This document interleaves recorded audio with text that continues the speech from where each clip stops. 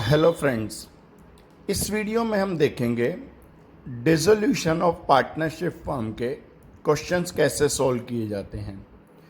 ये हमने एक पेज रखा है अपना जर्नल एंट्रीज को करने के लिए। And here we are preparing realisation account as well as partners capital account. Obviously then these two accounts will be followed by bank account as well. Format आप लोगों को मालूम ही है और आप लोगों को पता है अकाउंट्स में फॉर्मेटिंग की कितनी वैल्यू होती है। बिना प्रॉपर फॉर्मेटिंग के आप अकाउंट्स बनाएंगे तो श्योरली यू विल गेट -1 और -2 पर क्वेश्चन। यहाँ मैंने जर्नल एंट्रीज का फॉर्मेट इंटेंशनली नहीं बनाया है क्योंकि मुझे बहुत सारी जर्नल एंट्री करनी होंगी और मैं चाहता हूँ वो सब इसी पेज पे आ जाएं ताकि साथ के साथ हम उसे रियलाइजेशन में यहाँ समझ भी सकें। लेकिन जब आप अपनी नोटबुक में बनाएंगे you will definitely follow proper format of journal entries। तो दोस्तों फर्स्ट क्वेश्चन रीड आउट करते हैं जो फाइल मैंने आपको भेजी है। It says A and B are partners in the ratio of 3:2। Then one balance sheet is given in the question and after the balance sheet it says partner decide to dissolve the firm on that date। आज के दिन partners ने decide करा कि हम firm को बंद करना चाह रहे हैं। तो दोस्तों यहां से हमें पता चलेगा कि ये क्वेश्चन डिसोल्यूशन ऑफ फर्म का है। अदरवाइज तो बैलेंस शीट हर जगह गिवन होती थी, पार्टनर्स का रेशो हर क्वेश्चन में गिवन होता था, इवन हर चैप्टर में गिवन होता था। तो हमें पता कैसे चलेगा ये डिसोल्यूशन का क्वेश्चन है। It says partner decide to dissolve the firm on the about date. आज के दिन पार्टनर डिसाइड कर रहे हैं हम पूरी फर्म को डिसॉल्व करना चाहते हैं। तो दोस्तों मैंने जो आपको लास्ट वीडियो में डिसोल्यूशन की एंट्री शेयर की थी, ऑब्वियसली वो आपने अच्छे से पढ़ी भी होंगी। उसके स्टेप्स पे गौर करते हैं। पहला स्टेप था बैलेंस शीट में जाओ और एक्यूमुलेटेड प्रॉफिट्स या एक्यूमुलेटेड लॉसेस को ढूंढो, अगर हैं तो उन्हें डिस्ट्रीब्यूट कर दो।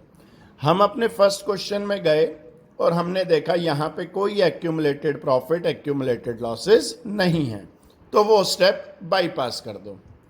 सेकंड स्टेप था transfer all the assets to realisation account. Transfer all the assets to realisation account. अब दोस्तों हमें पता है all assets have debit balance. Transfer करोगे they must be credited. So first entry will become realization account debit to all assets।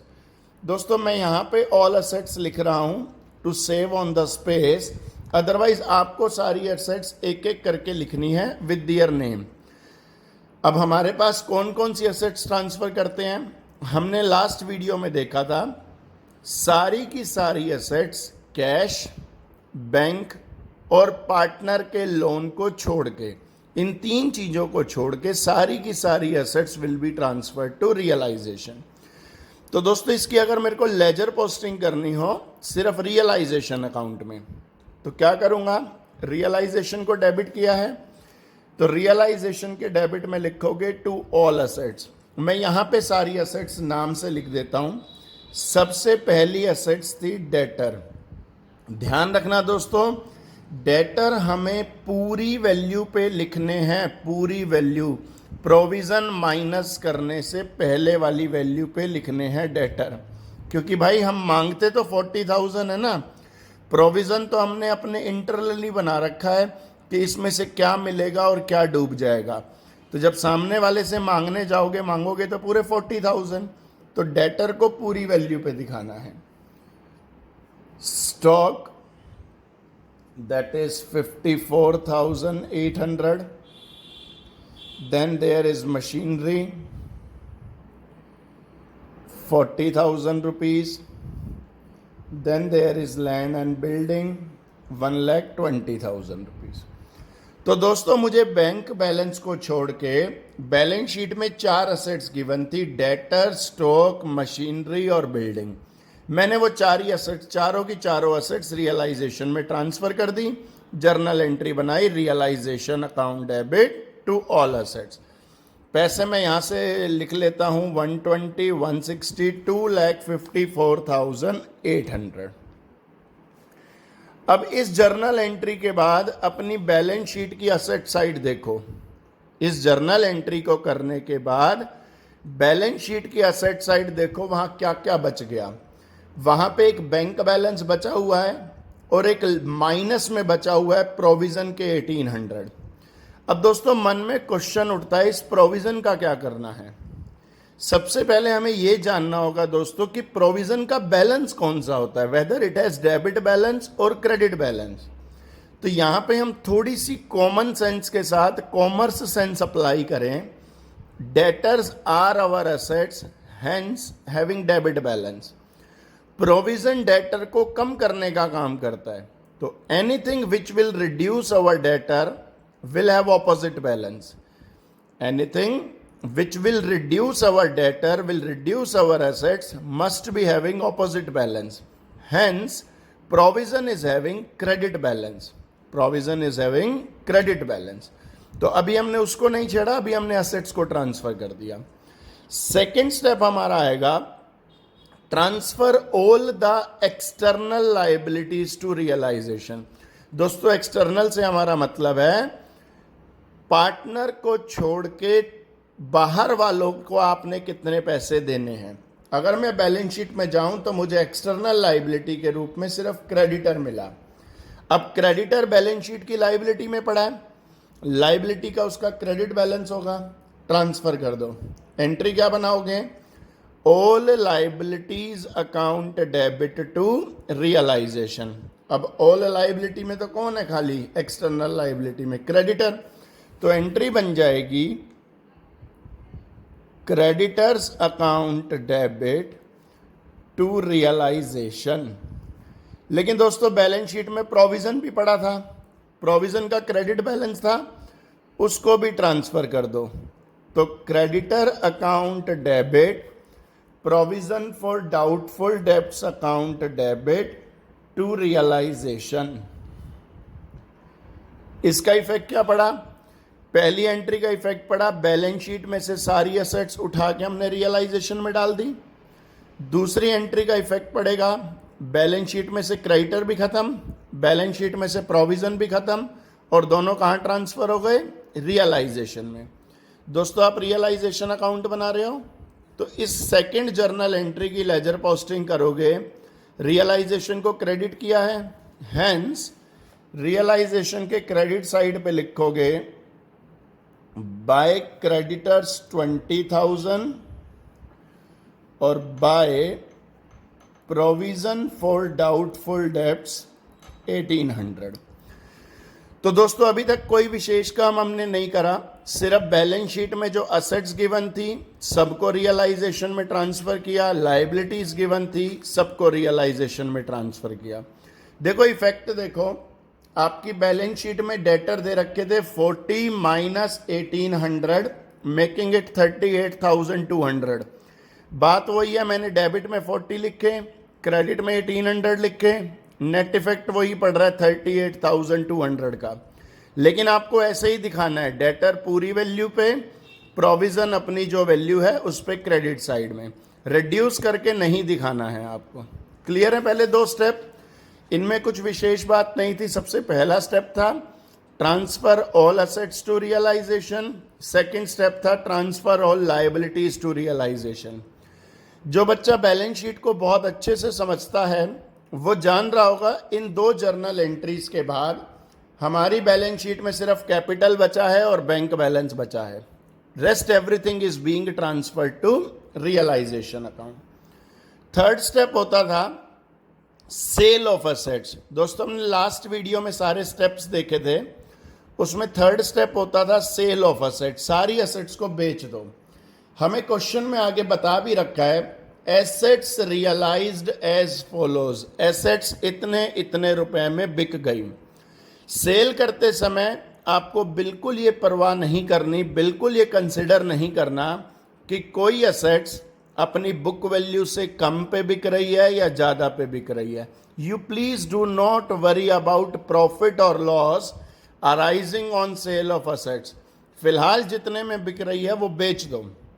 अब assets बेचने की +1 में हम एंट्री करते थे bank account debit to assets. यही करते थे कि असेट्स जा रही हैं और पैसे आ रहे हैं, हम एंट्री करते थे bank account debit to assets. But because due to this entry all assets have already been transferred to realisation, तो असेट्स की जगह नाम किससे रिप्लेस हो जाएगा? रियलाइजेशन से। तो entry will become bank account debit to realisation, sale of assets. ये मैं आपके लिए लिख देता हूं, थर्ड एंट्री है असेट सेल करने की। क्वेश्चन में साफ साफ बता रखा होगा कितने कितने की बिकी। इसकी लेजर पोस्टिंग करोगे दोस्तों, तो अभी मैं सिर्फ रियलाइजेशन अकाउंट की बात कर रहा हूं। आपने रियलाइजेशन को क्रेडिट किया, हेंस रियलाइजेशन के क्रेडिट में लिखोगे by bank account assets realised, ताकि पता चल जाए कितने कितने की है। और एक अच्छा बच्चा तो डिटेल भी बना देगा कौन सी एसेट्स कितने की बिकी। फॉर एग्जाम्पल आपको कह रखा है स्टॉक बिका 45,000 का, machinery 20% less than book value. हमारी मशीन की बुक वैल्यू 40 थी, 20% कम यानी 8,000 कम, hence it was sold for 32। Debtor से आपको रिकवर हुए हैं 35,000 और लैंड एंड बिल्डिंग से रिकवर हुए हैं 30,000 more than book value. Book value से 30,000 ज़्यादा। तो हमारी बिल्डिंग की बुक वैल्यू बेटा 120 थी, 30 एक्स्ट्रा, तो यू रिसीव्ड 150। तो इस हिसाब से हम देखें हमारी सारी एसेट्स कितने की बिकी? 150, 180, 210, 250, 260, 2,000 की। तो ये सारी एसेट्स बेची। जर्नल एंट्री वही है, bank account debit to realisation. बस रियलाइजेशन में थोड़ा सा डिटेल भी लिख दी भाई। लेजर करोगे रियलाइजेशन के क्रेडिट में, ऑपोजिट नाम से, ऑपोजिट में कौन है? बाय बैंक, तो हेडिंग वही बनाई है बाय बैंक। थोड़ी सी डिटेल्स दे दी कि कौन सी एसेट्स कितने कितने में बिकी है। तो ये 3 स्टेप हुए दोस्तों। पहला स्टेप था ट्रांसफर ऑल असेट्स, दूसरा स्टेप था transfer all liabilities, third step was sale of assets. Clear? Fourth step कहता था पेमेंट ऑफ ऑल लाइबिलिटीज, सारी लाइबिलिटीज की पेमेंट कर दो। अब भाई लाइबिलिटी में जाके देखे तो मोटे मोटे तौर पे क्रेडिटर ही है जिसकी पेमेंट करनी है। क्या हमें प्रोविजन की पेमेंट किसी बाहर वाले को करनी होती है? Do we need to pay this amount to somebody outsider? No. तो बस इसको ट्रांसफर करो और उसके बाद भूल जाओ, उसके बाद इसका और कोई रोल नहीं है। क्रेडिटर के बारे में हमें कह रखा है creditor agreed to accept 5% less. Creditor 5% कम लेने पे राजी हो गए। दोस्तों +1 में जाएं, क्रेडिटर हमारी लाइबिलिटी था, पेमेंट करते थे, एंट्री बनाते थे क्रेडिटर्स टू बैंक। लेकिन इस एंट्री में हमने क्रेडिटर्स को कहाँ ट्रांसफर कर दिया? रियलाइजेशन में। तो creditors will be replaced by realisation, hence entry will become realisation account debit to bank account. बोल रहे वो 5% कम लेने पे राजी हो गए। दोस्तों हमारे क्रेडिटर कितने के थे? 20,000। 5% कम ले रहे हैं यानी 1,000 कम ले रहे हैं, हेंस वी हैव टू पे 19,000। इसकी लेजर करोगे दोस्तों, रियलाइजेशन को डेबिट किया है तो रियलाइजेशन के डेबिट साइड में लिखोगे टू बैंक अकाउंट। एक अच्छा बच्चा साथ में लिखता आएगा ये क्रेडिटर की पेमेंट है, ताकि कल को याद भी रहे किस किस की पेमेंट हो गई और कोई बच तो नहीं गया। नेक्स्ट लाइन कहती है expenses of realisation amounted to ₹1200। Realisation का खर्चा आया दोस्तों 1200 रुपीज़। अब यार हम कोई भी खर्चा करेंगे, 11 से हम सीखते आए हैं, कोई भी खर्चा होगा तो जेब से पैसे जाएंगे। एंट्री बनाते आए थे expenses account debit to bank account, हमेशा से यही तो एंट्री करी है, expenses account debit to bank account. लेकिन हमने लास्ट वीडियो में सीखा था इस चैप्टर में all assets, all liabilities, all expenses, all incomes will be replaced by realisation. तो वैसे हम एंट्री करते थे expenses account debit to bank account, कोई भी खर्चा करना होता था। लेकिन इस चैप्टर में all expenses will be replaced by realisation, hence entry will become realisation to bank. इसकी लेजर करोगे दोस्तों तो रियलाइजेशन के डेबिट साइड में लिखोगे टू बैंक अकाउंट, ये एक्सपेंसेस की पेमेंट 1200। तो दोस्तों ये हमारा स्टेप 4 था और ये हमारा स्टेप 5 था। ये आपको लिखने नहीं है, ये आपको समझाने के लिए बता रहा हूँ। फिर चलें तो सबसे पहला काम क्या किया, बैलेंस शीट में जितनी भी एसेट्स गिवन थी सारी एसेट्स को हमने रियलाइजेशन में ट्रांसफ़र किया। एंट्री बनाई realisation to all assets. Second, सारी एक्सटर्नल लाइबिलिटीज़ को ट्रांसफ़र किया। एंट्री बनाई all liabilities account debit to realisation. Third step, assets बेच दो, जिस जिस कीमत पे कही थी बेच दी। एंट्री बनाई बैंक टू रियलाइजेशन, उसकी लेजर कर दी। फोर्थ स्टेप, सारी लाइबिलिटीज़ की पेमेंट कर दो। क्रेडिटर इकलौती लाइबिलिटी थी, पेमेंट करी, एंट्री बनाई रियलाइजेशन टू बैंक, उसकी लेजर कर दी। फिर हमें क्या रखा था, रियलाइजेशन का कुछ खर्चा हुआ, एक्सपेंस की पेमेंट करो, पेमेंट करी तो टू बैंक अकाउंट। तो दोस्तों इतने काम में मेरे ख्याल कुछ भी नया नहीं था, सब चीज़ें आपको मालूम थी। ये हमारा रियलाइजेशन अकाउंट बन के तैयार हुआ। इससे प्रॉफिट या लॉस निकाल लो। कैसे निकालोगे, दोनों साइड का टोटल करो और चेक करो कौन सी साइड ग्रेटर है, कौन सी साइड स्मॉलर है। तो दोस्तों क्रेडिट साइड का टोटल जोड़ोगे, इट विल बी 2,83,800। डेबिट का टोटल हमने जोड़ा, यहाँ कुछ कम आ रहा था, यानी हमारी इनकम बढ़ी थी। मालूम है ना, realisation is a nominal account, debit all expenses और क्रेडिट ऑल इनकम। वही बात है, credit side is greater than debit side, it represents profit of 8,800। इस प्रॉफिट को क्या करोगे दोस्तों, profit transfer to partners capital account. अब हमारे पार्टनर कौन कौन थे, ए और बी। किस रेशो में, प्रॉफिट शेयरिंग रेशो में, विच इज़ 3:2। तो उसमें बांट दिया 5,280 और 3,520। ये प्रॉफिट बांट दिया दोस्तों आपने। ये रियलाइजेशन अकाउंट कंप्लीट हुआ। इस प्रॉफिट को डिस्ट्रीब्यूट करने की जर्नल एंट्री क्या हुई होगी दोस्तों, definitely it would have been realisation account debit to A's capital account to B's capital account. तो प्रॉफिट था हमारा दोस्तों 8,800, 5,280 ए का हिस्सा, 3,520 बी का हिस्सा। ये प्रॉफिट का डिस्ट्रीब्यूशन हो गया। तो इस हिसाब से हमारी अभी तक की सारी जर्नल एंट्रीज हो गई। अभी तक का हमारा पूरा रियलाइजेशन अकाउंट हो गया। आई होप इसमें किसी को कोई प्रॉब्लम नहीं आई होगी। सेकंड नंबर पे वैसे हमें बनाना होता है पार्टनर्स लोन अकाउंट, बट इस क्वेश्चन में हमें कहीं पार्टनर्स लोन अकाउंट गिवन नहीं था, इसलिए उसको छोड़ दो। Third step is partners capital account. Balance sheet में जाओ, सबसे पहले कैपिटल के बैलेंस उठा के लाओ।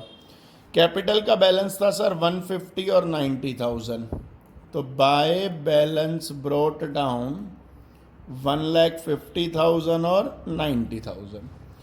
अब दोस्तों आपका सारा क्वेश्चन जर्नल एंट्रीज में कैद हो चुका है। कैपिटल अकाउंट बनाना है, सारी जर्नल एंट्री को देखो और देखो कहाँ कैपिटल पे इफेक्ट पड़ रहा है। पहली, रियलाइजेशन टू असेट्स, क्या इसका कैपिटल पे कोई इफेक्ट पड़ा, नहीं, छोड़ दो। सेकंड बनाई liabilities to realisation, is capital account affected, no, छोड़ दो। Next one, bank to realisation, capital पे कोई इफेक्ट नहीं है। फोर्थ वाली का भी कैपिटल पे कोई इफेक्ट नहीं है, फिफ्थ वाली का भी नहीं है। हाँ, लास्ट वाली से ज़रूर इफेक्ट पड़ा जब हमने प्रॉफिट को बांटा। एंट्री क्या बनाई आपने, realisation to A's capital to B's capital. अब पार्टनर की कैपिटल को क्रेडिट कर रहे हो, हेंस क्रेडिट साइड में लिखोगे बाय रियलाइजेशन अकाउंट 5,280 और 3,520। और कोई इंफॉर्मेशन दोस्तों आपके पास है नहीं, कैपिटल अकाउंट को क्लोज कर दो जैसे हमेशा करते आए हो। 1,55,000 और इधर से टोटल आया 93,000। तो 155, 280, 93,520। डेबिट में कुछ है नहीं, यही का यही बैलेंस बच गया 155, 280, 93,520। आज तक आप कैपिटल का बाय टू बैलेंस सीडी लिख देते थे। आज बैलेंस सीडी मत लिखना, क्योंकि फर्म तो आपकी कंटिन्यू हो नहीं रही, फर्म तो बंद कर रहे हो। तो इसकी पेमेंट कर दो। पेमेंट बनाओगे, पेमेंट करोगे, एंट्री बनाओगे partners capital account debit to bank account. ये जर्नल एंट्री भी हम लिख लेते हैं एक बारी। एंट्री बनाई होगी A's capital account debit, B's capital account debit to bank account. Sir एक ही कैपिटल की पेमेंट करी थी 1,55,280 और दूसरे की करी थी 93,520। ये टोटल देख लेना जितना भी हुआ। तो सारा का सारा क्वेश्चन जर्नल एंट्रीज में भी आ गया। इधर से आपका रियलाइजेशन और पार्टनर्स कैपिटल अकाउंट भी बन गया। क्लियर है दोस्तों? अब बनाएंगे हम एक बैंक अकाउंट। चलिए दोस्तों, ये हमने बनाया बैंक अकाउंट। बैंक अकाउंट कैसे बनाया दोस्तों? सबसे पहले तो बैलेंस शीट में हमें बैंक का बैलेंस गिवन था। कहाँ पे गिवन था? एसेट साइड में। All assets have debit balance. तो सबसे पहले मैंने बैलेंस शीट से बैंक का बैलेंस लिखा, to balance brought down 7,000 rupees. सारी जर्नल कर रखी थी, सिर्फ लेजर करनी है। बैंक पे फोकस रखो। बैंक अकाउंट बना रहे हो, बैंक पे फोकस रखो। पहली एंट्री रियलाइजेशन टू असेट्स, क्या इसमें बैंक था? नहीं, छोड़ दो। दूसरी बनाई creditor debit provision debit to realisation, क्या बैंक था? नहीं, छोड़ दो। तीसरी बनाई बैंक टू रियलाइजेशन, तो बैंक डेबिट किया था, हेंस बैंक के डेबिट साइड में टू रियलाइजेशन। थर्ड एंट्री यही थी ना, असेट्स बेच के पैसे आए थे, बैंक टू रियलाइजेशन, तो बैंक के डेबिट साइड में to realisation 262। Next step liabilities की पेमेंट करी थी, एंट्री बनाई थी रियलाइजेशन टू बैंक। तो दोस्तों बैंक को क्रेडिट किया है, हेंस बैंक के क्रेडिट साइड में by realisation 19,000। Next step expenses की पेमेंट करी थी, एंट्री बनाई थी रियलाइजेशन टू बैंक। बैंक को क्रेडिट किया है, बैंक के क्रेडिट साइड में by realisation. Then profit distribute किया, इसमें बैंक नहीं था, इग्नोर कर दो। लास्ट एंट्री पार्टनर्स की कैपिटल की पेमेंट करी, एंट्री बनाई A's capital debit B's capital debit to bank. Bank को क्रेडिट किया है, बैंक के क्रेडिट साइड में बाय एस कैपिटल बाय बीस कैपिटल। इसका टोटल करोगे बच्चों, बैंक की दोनों साइड का टोटल टैली हो जाना चाहिए, यानी सेम अमाउंट आना चाहिए। एक भी रुपए का बैलेंस नहीं बचना चाहिए, कोई डिफरेंस नहीं होना चाहिए। अगर दोनों साइड इक्वल नहीं आ रही है तो समझ लो कहीं ना कोई गड़बड़ है। बैंक का बैलेंस दोनों साइड बराबर होने का मतलब है जितने पैसे आए थे उतने पैसे मैंने पे भी कर दिए, चाहे वो मैंने लाइबिलिटीज़ की पेमेंट में लगाए, चाहे एक्सपेंसेस में लगाए, और जो बचा था वो मैंने पार्टनर को उनकी कैपिटल के रूप में वापस लौटा दिया। तो कुछ भी दुकान के पास नहीं बचा। तो सर आपकी असेट्स खत्म, आपकी लाइबिलिटीज़ खत्म, आपकी कैपिटल खत्म, आपका बैंक बैलेंस खत्म। इसका मतलब आपकी बैलेंस शीट ज़ीरो हो गई, और बैलेंस शीट ज़ीरो होने का मतलब होता है फर्म डिसॉल्व हो गई। ठीक है दोस्तों, तो इस तरीके से हमें इस चैप्टर में ये क्वेश्चंस करने पड़ेंगे। कभी कभी कहेगा जर्नल एंट्रीज भी करो और नेसेसरी अकाउंट्स भी बनाओ, और कभी कभी कहेगा जर्नल मत करो, खाली अकाउंट्स बनाओ।